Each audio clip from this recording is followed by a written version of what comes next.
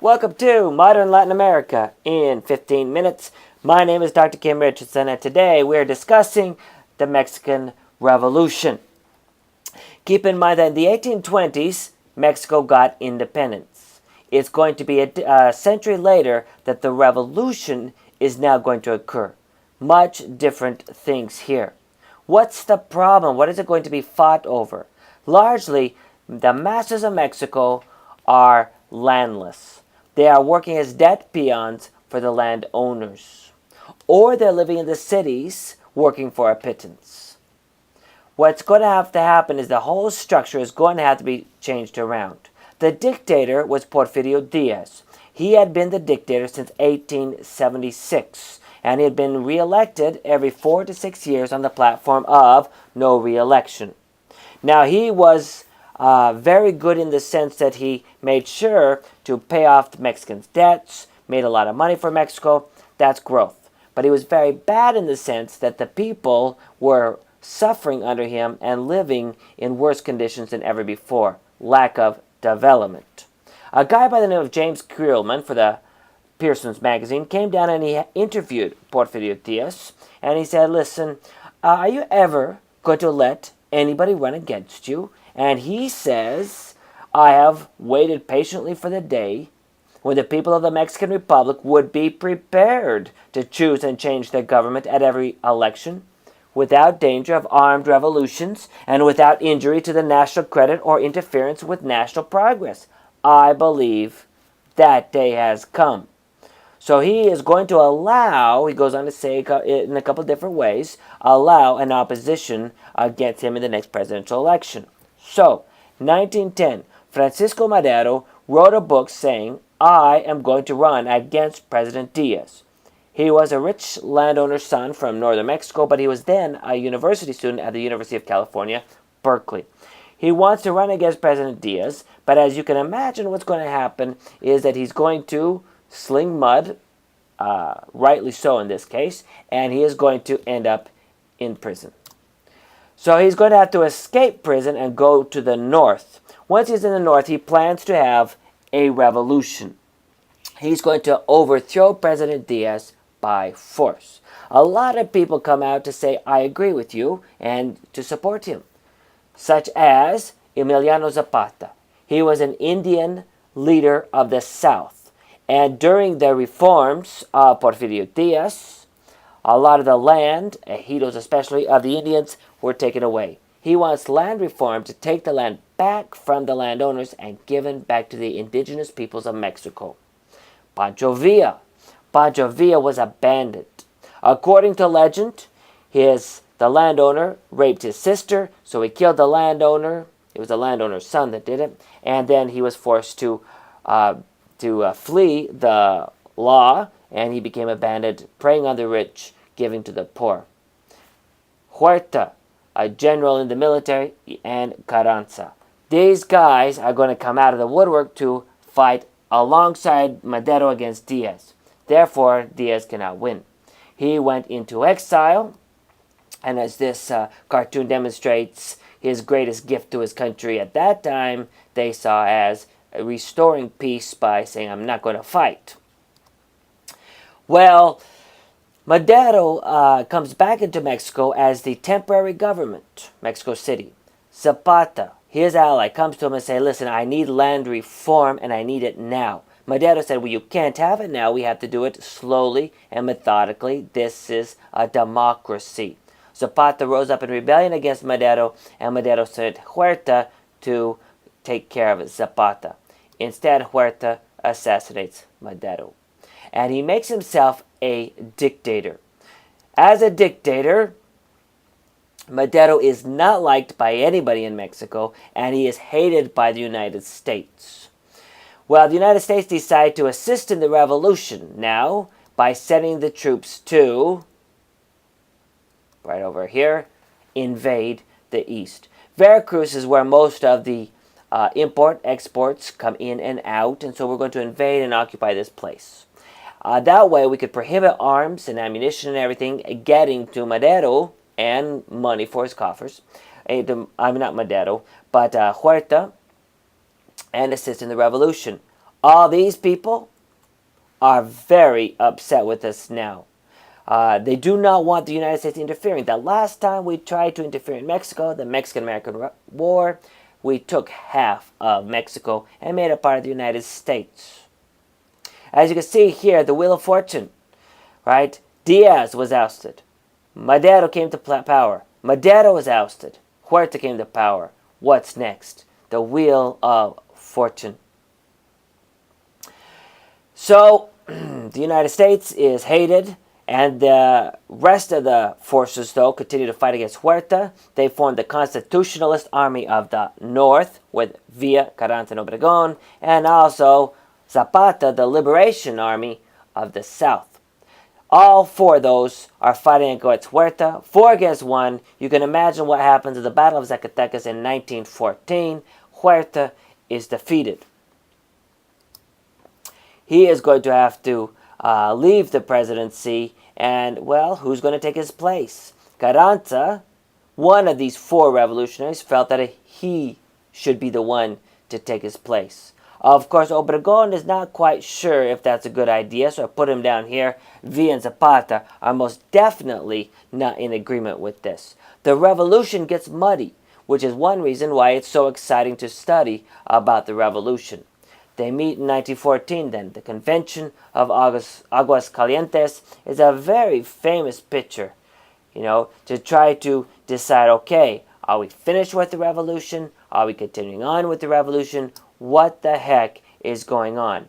Well, the real results of the convention is going to be Obregón and Carranza now fighting against Zapata and Villa.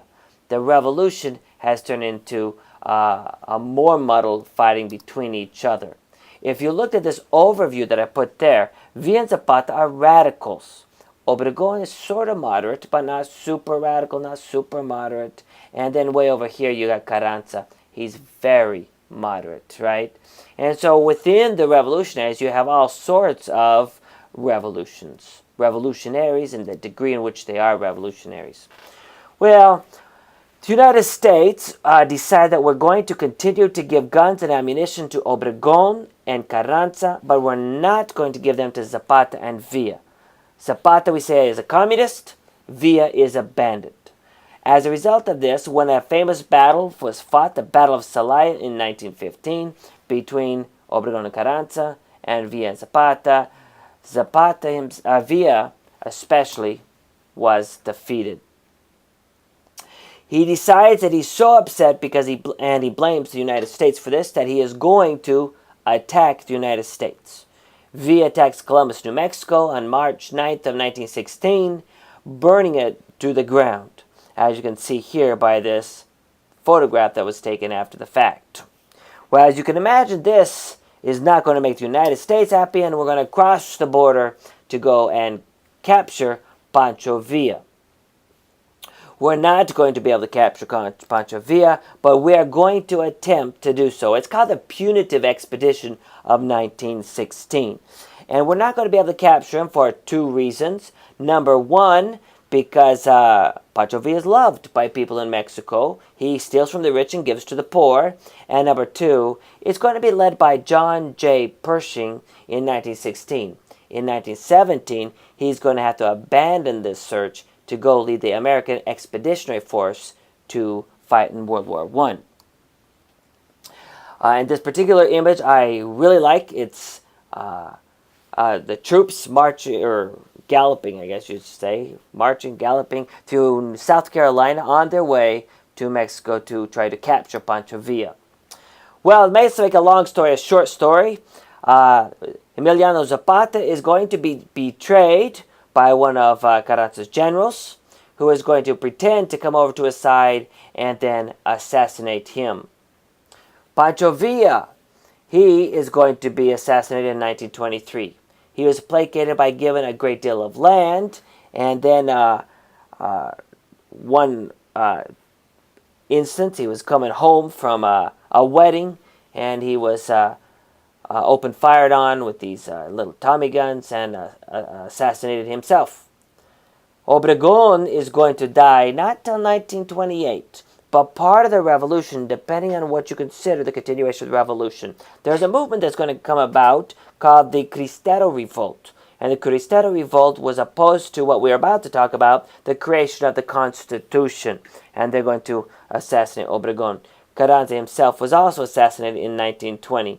So this revolution here sees everybody assassinated. One of the great books to come out of the 20th century, right, is called The Death of Artemio Cruz.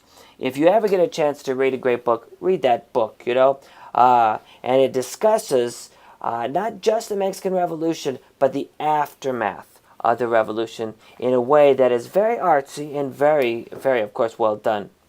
Okay, so here's what I've been trying to explain so far.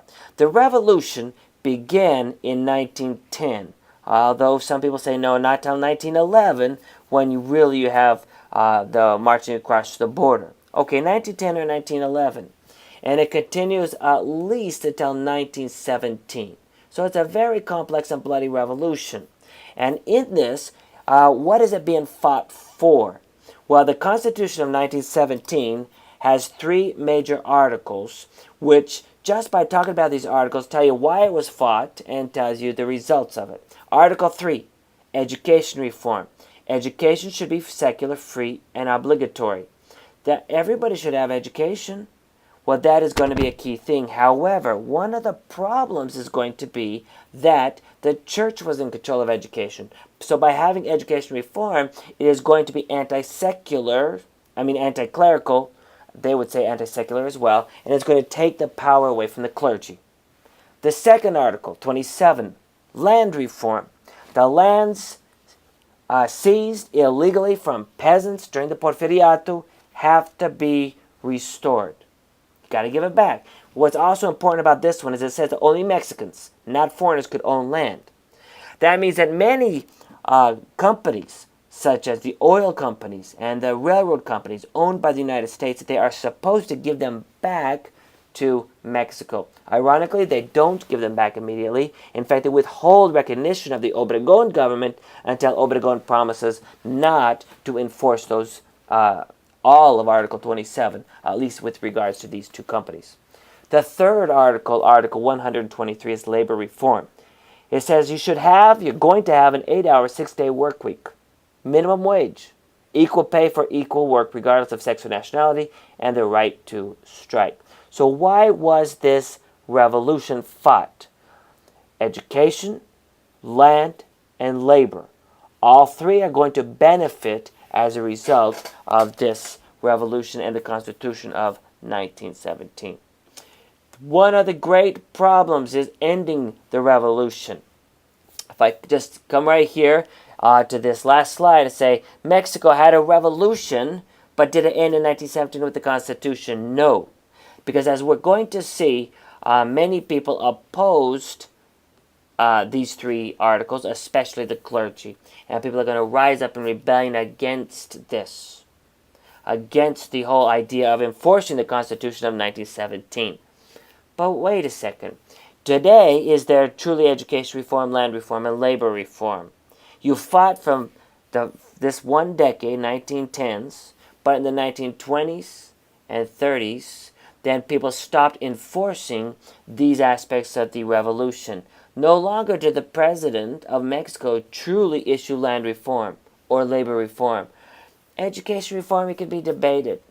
So the revolution began in 1910-ish, ends around 1920. That's the fighting phase. From 1920 to 1940, as we're going to see next time, they're going to try to carry out the reforms, these 3 reforms of the revolution. But the revolution comes to an end in 1940. Yet still, every presidential candidate will say, I am going to carry out the reforms of the revolution, the Constitution of 1917, which is the current Constitution of Mexico. This is Modern Latin America in 15 minutes.